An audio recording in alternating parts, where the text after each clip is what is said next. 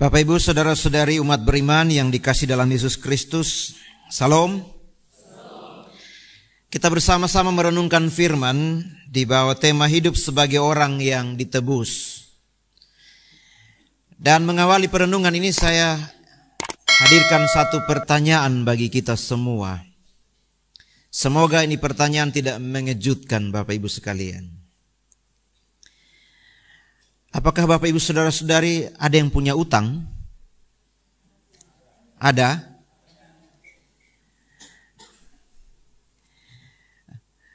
Apa yang saudara rasa kalau Anda punya utang? Beban. Beban itu berat ke mana ya? Nah, kalau Anda berhutang di suatu lembaga atau di satu orang, sebut saja berhutang di koperasi. Pagi-pagi itu petugas koperasi suka ketok pintu. Pagi tante, om. Lalu ketika Anda bertemu, Bapak Ibu bertemu dengan petugas koperasi itu, apa yang akan saudara lakukan? Apalagi Bapak Ibu saudara-saudara, kalau ternyata sudah jatuh tempo, itu utang belum lunas. Ketemu petugas koperasi bikin apa?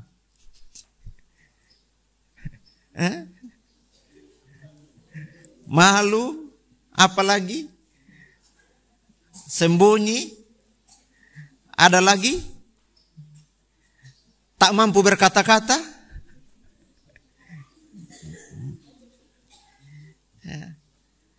Tapi Bapak Ibu saudara-saudari, itulah keadaan yang kita alami, kita lakukan setiap hari ketika kita punya hutang, lalu kemudian sudah jatuh tempo, utang belum lunas.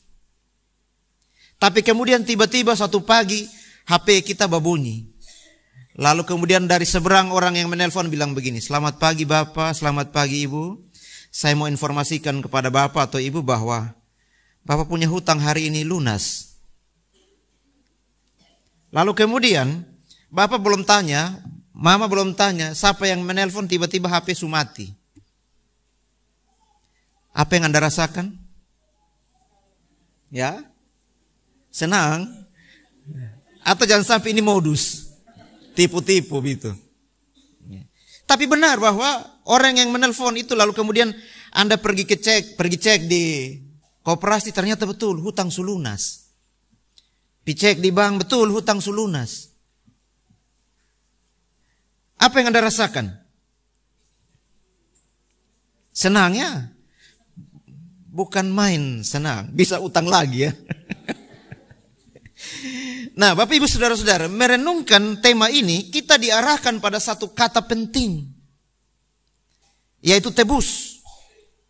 Dalam Kamus Bahasa Indonesia, kata tebus atau menebus itu punya arti membayar dengan uang untuk membebaskan sesuatu yang berharga karena digadaikan.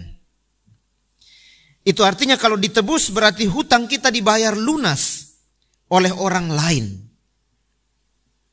Itu kalau hutang uang, kredit kita bilang.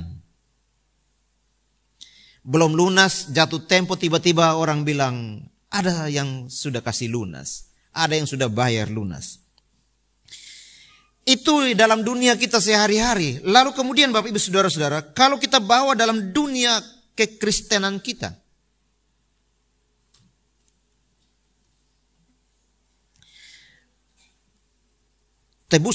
penebusan dosa itu adalah ajaran yang menggambarkan bagaimana manusia dapat diperdamaikan dengan Allah. Jadi kalau kita yang ditebus, kita memahami bersama bahwa kita adalah orang-orang yang telah diperdamaikan dengan Tuhan. Dalam teologi Kristen, penebusan itu merujuk kepada memaafkan atau mengampuni dosa. Dalam keyakinan iman Kristen, pengampunan itu terjadi ketika Yesus tergantung di kayu salib untuk mengampuni dosa saudara dan saya. Tapi soal kemudian yang harus kita renungkan bersama saudara-saudara Bapak Ibu sekalian. Kenapa Yesus mau mati tergantung di kayu salib untuk menebus dosa manusia? membayar hutang-hutang kita.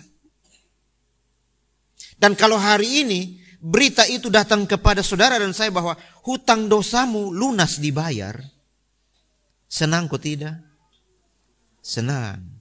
Harus depung senang itu kadarnya harus melebihi ketika kita utang di koperasi.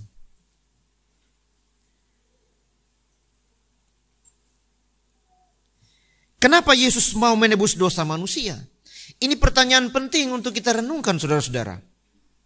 Ya. Yesus mau menebus dosa manusia, saudara-saudara, karena Allah mengetahui bahwa manusia pertama telah jatuh dalam dosa.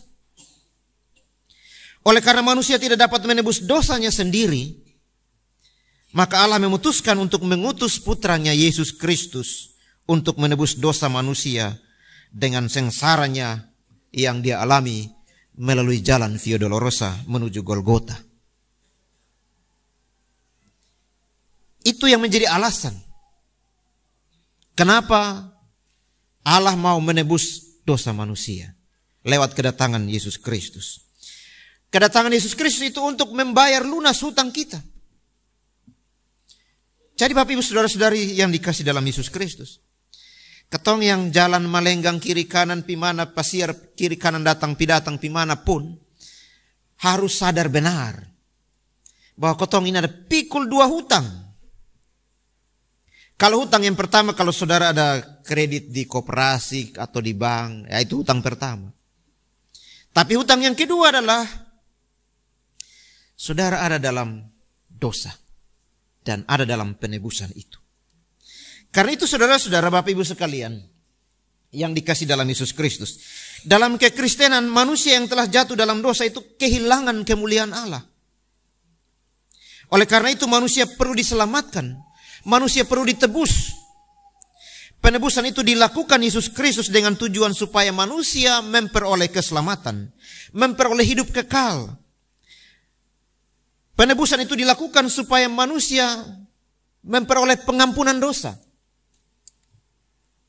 Penebusan itu dilakukan supaya manusia memperoleh pembenaran. Pengampunan penebusan itu dilakukan supaya manusia lepas dari kutuk hukum Taurat. Penebusan itu dilakukan supaya manusia diangkat menjadi anggota keluarga Allah. Penebusan itu dilakukan supaya manusia bebas dari belenggu dosa.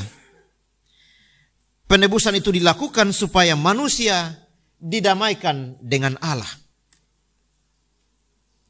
Dan penebusan itu dilakukan supaya di dalam diri manusia itu berdiam Roh Kudus.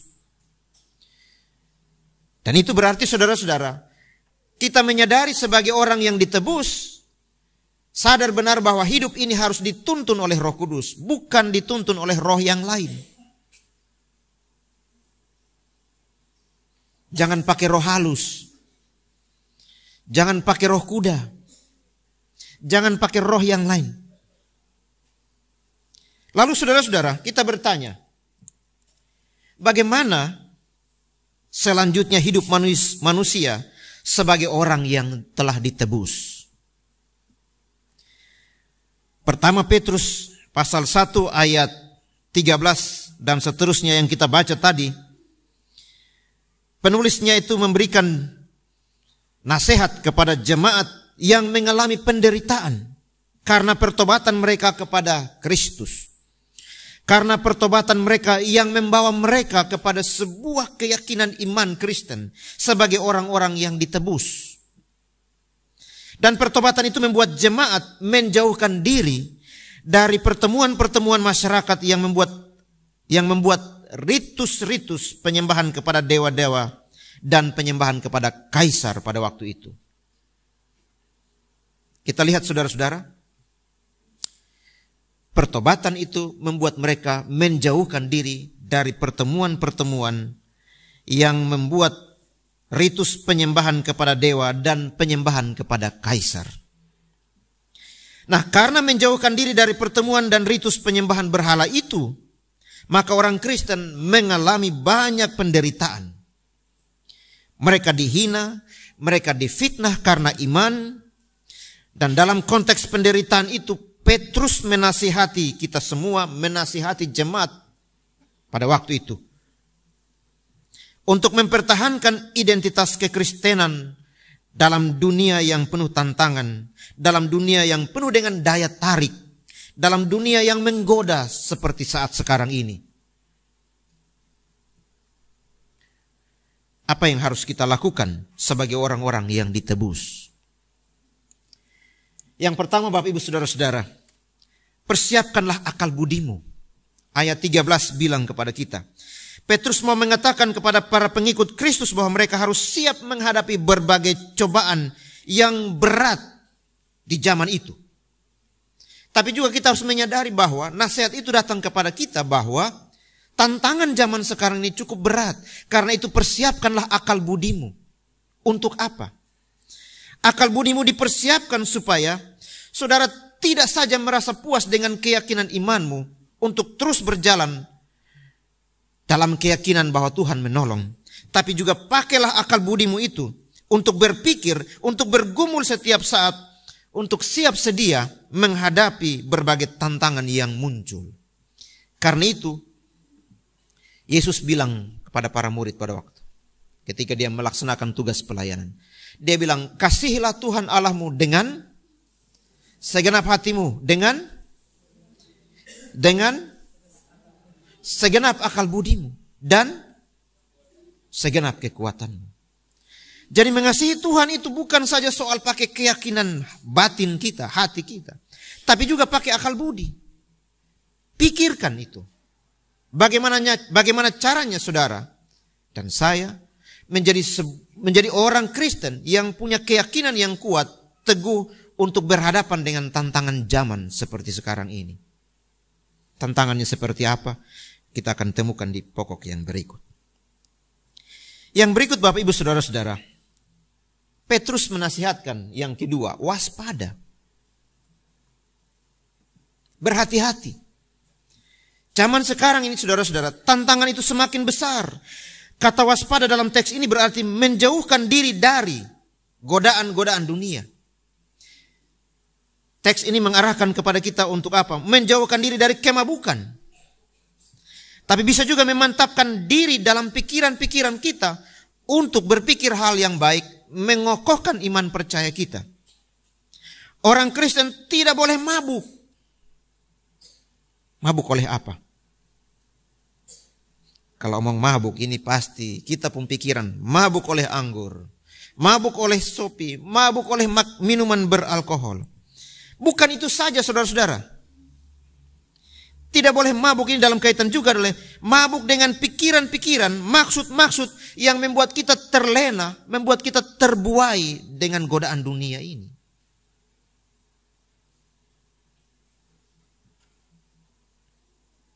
Dari waktu ke waktu banyak orang Kristen yang mudah terbawa arus kehidupan yang nampaknya menyenangkan tapi menjerumuskan. Ingat Bapak Ibu Saudara-saudara, godaan dunia itu enak. Tapi depo enak tuh sedikit. Seterusnya itu penderitaan. Ya. Saudara yang divonis oleh dokter bilang kolesterol lah, darah tinggi lah. Dokter nasihatkan bilang, jangan makan ini. Tapi ketika itu makanan ada di hadapanmu, saudara bilang apa? Makan dulu, sakit urusan kedua. Nikmati dulu. Kapan lagi kita nikmati? Itu orang biasa bilang begitu. Jadi saudara-saudara, banyak orang Kristen yang ikut-ikutan dalam kebiasaan dunia ini. Katanya biar tidak ketinggalan zaman. Ya, anak-anak zaman sekarang, berhati-hatilah. Kalau Anda bilang bahwa sekarang kotong soni boleh ketinggalan zaman. Ya, kotong pu anak-anak zaman sekarang. Tapi kotong sebagai orang tua juga jangan terlena dengan kondisi zaman sekarang yang membuat anak-anak juga kita terlena. Kenapa saudara-saudara? Karena zaman sekarang ini mari kita periksa. Daya juang dari anak-anak kita itu rendah. Dapat tantangan sedikit mengeluh. Dapat masalah sedikit mau pi gantung diri. Aduh. Lalu kemudian daya kreativitas anak-anak kita zaman sekarang untuk belajar dan keluar dari masalah itu kurang. Tapi kalau daya pikir mereka untuk bagaimana mengatasi ini game, ini teknologi, dong kuat.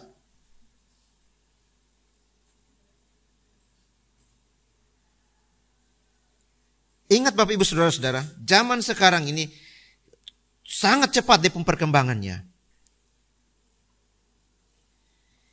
Karena itu hidup menurut selera dan keinginan sendiri itu memang memuaskan hasrat kita. Tapi selanjutnya mendatangkan penderitaan bagi kita. Itu hal yang kedua Bapak Ibu Saudara-saudara. Hal yang ketiga dinasihatkan Rasul Petrus. Dia bilang hidup kudus di hadapannya. Hidup kudus di hadapan Tuhan. Hidup kudus itu saudara-saudara merupakan akibat perubahan status dari orang yang belum percaya menjadi anak Tuhan dan menjadi dasar hidup orang percaya, hidup kudus. Kudus itu artinya saudara-saudara belajar untuk memisahkan diri. Saudara-saudara belajar untuk tidak menjerumuskan diri.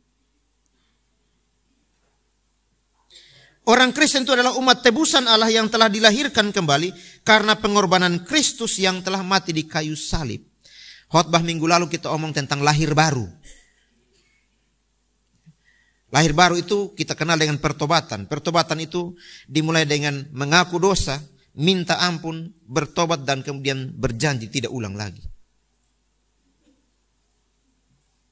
Pertama Petrus pasal 1 ayat 14-15 bilang kepada kita, hiduplah sebagai anak-anak yang taat, jangan turuti hawa nafsu yang menguasai kamu pada waktu kebodohanmu.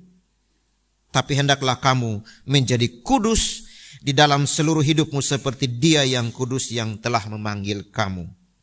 Bapak Ibu Saudara-saudara, cara agar hidup kita kudus di hadapannya yaitu dengan hidup taat seturut dengan kehendaknya.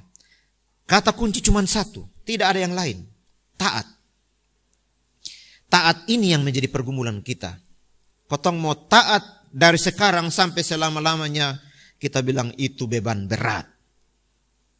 Tapi memang itu yang menjadi kewajiban kita. Harus dilakukan. Hidup kita adalah taat. Tidak ada yang lain. Minta hikmat dan bimbingan daripada Tuhan supaya kita tahu mana yang boleh dilakukan dan mana yang tidak boleh dilakukan serta manakah sikap dan perbuatan kita yang berkenan di hadapan Tuhan. Karena itu selalu belajar untuk apa? Membangun komunikasi dengan Tuhan, beromong dengan Tuhan, bicara dengan Tuhan. Supaya apa? Supaya Tuhan terus-menerus memberi hikmat kepada kita untuk membedakan mana yang benar, mana yang tidak benar, mana yang tepat dan mana yang tidak tepat. Hal yang keempat Bapak Ibu Saudara-saudara, omong tentang takut akan Allah. Petrus menasihatkan hal itu. Dan jika kamu menyebutnya Bapa, yaitu Dia yang tanpa memandang muka menghakimi semua orang menurut perbuatannya, maka hendaklah kamu hidup dalam ketakutan selama kamu menumpang di dunia ini. Ketakutan itu menolong kita untuk melihat sebuah hal penting dalam kaitan dalam bingkai yang kita sebut dengan ketaatan. Orang taat itu karena dia takut. Tapi takut itu juga berhubungan dengan ketaatannya kita kepada orang yang memberikan sesuatu kepada kita. Terlebih memberi kepada Tuhan yang memberikan hidup kepada kita. Karena itu saudara-saudara, ketika kita memiliki sikap takut akan Tuhan, maka kita tidak akan jatuh ke dalam dosa. Sebab kita akan mendengar apa yang Ia inginkan dalam kehidupan kita. Kalau saudara mau melakukan kejahatan, ingat ada Tuhan. Tuhan yang lihat kita. Lagu sekolah minggu bilang apa? Bapa di sorga melihat ke bawah.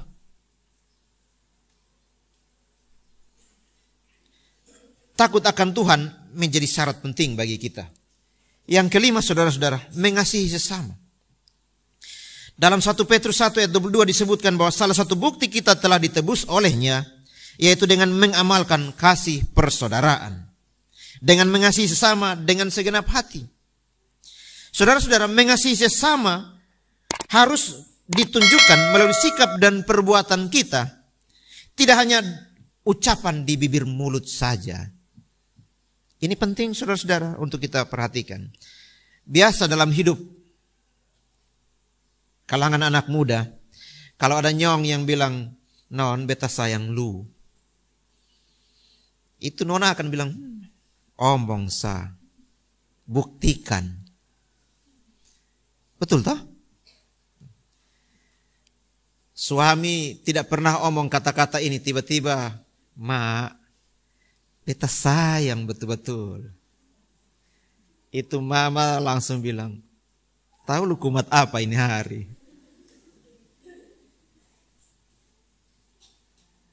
Tapi memang saudara-saudara, mengasihi itu bukan saja dengan sekedar ucapan, tapi harus dilakukan, dibuktikan dalam perbuatan setiap hari.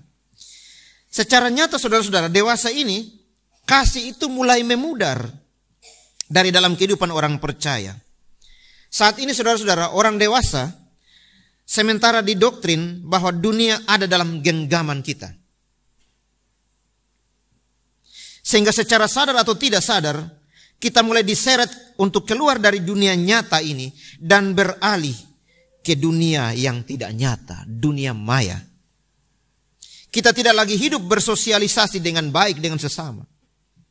Ibaratnya kita memang berdekatan, tapi dekat belum tentu satu pikiran, satu pemahaman, apalagi mimpi yang sama. Kotong omong dengan kotong pung istri itu nada tinggi semua. Betul kesannya. Tapi kalau ada satu gadis, satu wanita, satu perempuan dari seberang menelpon, kita bilang, halo, salam. Aduh, pung enak lah dengar. Tapi omong dengan istri sendiri, omong dengan suami sendiri. Waduh, Mas Parak rasa-rasa plafon mau rubuh turun. Perhatian kita sebagai tanda kasih kita, kepedulian kita sebagai tanda kasih kita, mulai memudar perlahan-lahan. Dalam dunia modern saudara-saudara, juga telah menyulap ibadah-ibadah seremonial dalam tayangan streaming yang bisa disaksikan di mana saja. Sehingga orang mulai malas untuk ke gereja dan menguduskan hari Sabat. Padahal kita bilang bahwa kita mengasihi Allah maupun sesama kita, maka pasti kita akan menguduskan hari Sabat. Maka perenungan kita, Bapak Ibu Saudara-saudara yang sering nonton YouTube, tayangan streaming live online itu menggantikan, apakah bisa menggantikan ibadah seremonial kita? Lewat tayangan streaming, Bapak Ibu Saudara-saudara beribadah atau nonton ibadah? Kalau beribadah, mandi, pakai pakaian rapi, pegang Alkitab, duduk bagus-bagus. Ya. Di gereja bilang berdiri, dia juga ikut berdiri. Tapi kan kebanyakan nonton ibadah. Sambil lihat di YouTube, live streaming ibadah itu, makan kacang, makan kue, minum teh. Ada yang belum mandi juga. Dewasa ini juga saudara-saudara, banyak sekali terjadi kasus-kasus moralitas kita. Pemerkosaan, pelecehan seksual, dekadensi moral, penurunan moral itu. Pencurian, KKN, penipuan, manipulasi. Itulah tantangan kita. Masalah-masalah kita. Dan ini merupakan wujud nyata dari kedegilan hati orang percaya yang menganggap bahwa kasih hanyalah sebuah slogan tanpa diwujud nyatakan. Itu tantangan kita zaman sekarang ini. Yang berikut saudara-saudara, yang keenam. Petrus menasihatkan menjadi manusia baru yang hidup dalam pengharapan. Jadi manusia baru, hidup dalam pengharapan. Hal yang harus dilakukan karena kita telah ditebus oleh darahnya yang kudus, yaitu dengan darah Kristus, darahnya yang kudus. Bagaimana kita memahami darah Kristus itu darah yang kudus? Ingat proses Yesus lahir. Ketika Maria dikandung itu dia mengandung karena Roh Kudus. Dia lahir dari seorang perawan Maria. Dan karena itu Allah menetapkan dia, Yesus Kristus itu, untuk mati dan darahnya tercurah untuk menebus dosa manusia, pengganti darah anak domba. Ingat Bapak Ibu Saudara-saudara, darah Kristus itu darah yang kudus. Menyucikan kita, menguduskan kita. Ini tidak jatuh sama dengan darah manusia yang lain. Kalau kotong sakit, nah, transfusi darah, donor darah, cuci darah. Transfusi darah, cuci darah, juga terakhir mati. Tapi darah Kristus yang kudus itu, dia menyucikan kita, menebus kita. Karena dosa kita telah ditebus oleh darahnya yang mahal. Karena itu kita harusnya hidup seturut dengan kehendaknya, dengan meletakkan pengharapan kita seluruhnya kepada kasih karunia yang dianugerahkan kepada kita pada waktu penyataan Yesus Kristus. Supaya apa? Supaya kita terus menerus beroleh belas kasih-Nya. Bapak Ibu Saudara-saudara, inilah salah satu ciri khas orang Kristen, bahwa kita hidup dalam pengharapan. Kalau kita tidak hidup dalam pengharapan, orang biasa bilang mati sudah. Karena kita hidup dalam pengharapan, meskipun ada banyak persoalan hidup yang kita hadapi, kita alami, kita masih tetap terus berjalan menjalani kehidupan ini. Seseorang dapat bertahan dalam perjuangan, berusaha dan berjeripaya untuk menjalani kehidupannya, bahkan dalam penderitaan sekalipun, jika dia merasa yakin dengan pengharapannya, semuanya itu dapat membawa sesuatu kepastian dalam hidupnya, bahwa perjuangan imannya tidak sia-sia. Tapi sebaliknya, orang Kristen yang tidak hidup dalam pengharapan, sesungguhnya menjalani kehidupannya dalam kebodohannya. Orang yang hidup dalam pengharapan akan mampu mensyukuri segala kasih karunia yang telah diterimanya. Kenapa begitu, saudara-saudara? Sebab kepada kamu dikaruniakan bukan saja untuk percaya kepada Kristus, melainkan juga menderita untuk Dia. Pengharapan akan keselamatan yang kekal itu pada waktu Yesus datang, itulah yang menguatkan orang percaya supaya terus hidup sebagai umat yang ditebus dan menjaga kekudusan hidup dan mengamalkan kasih persaudaraan. Mari lihat di samping kanan kiri Bapak Ibu Saudara-saudara, dan katakan, aku mengasihi engkau. Bilang begitu. Sebab apa? Sebab setelah pulang dari gedung gereja ini, saudara punya kewajiban, saudara dan saya punya kewajiban untuk membuktikan aku mengasihi engkau. Ingat Bapak Ibu Saudara-saudara, hidup sebagai orang yang ditebus itu berarti berani untuk hidup benar dan berani untuk menyatakan kasih sekalipun berhadapan dengan penderitaan. Hidup sebagai orang yang ditebus berarti harus memiliki karakter tahan banting sekalipun tantangan yang dihadapi begitu sulit. Pertanyaannya adalah, siap tahan banting? Siap? Siap? Ya. Jawaban siap itu harus diwujudkan dalam pergumulan nyata sehari-hari setelah keluar dari gedung kebaktian ini. Amin.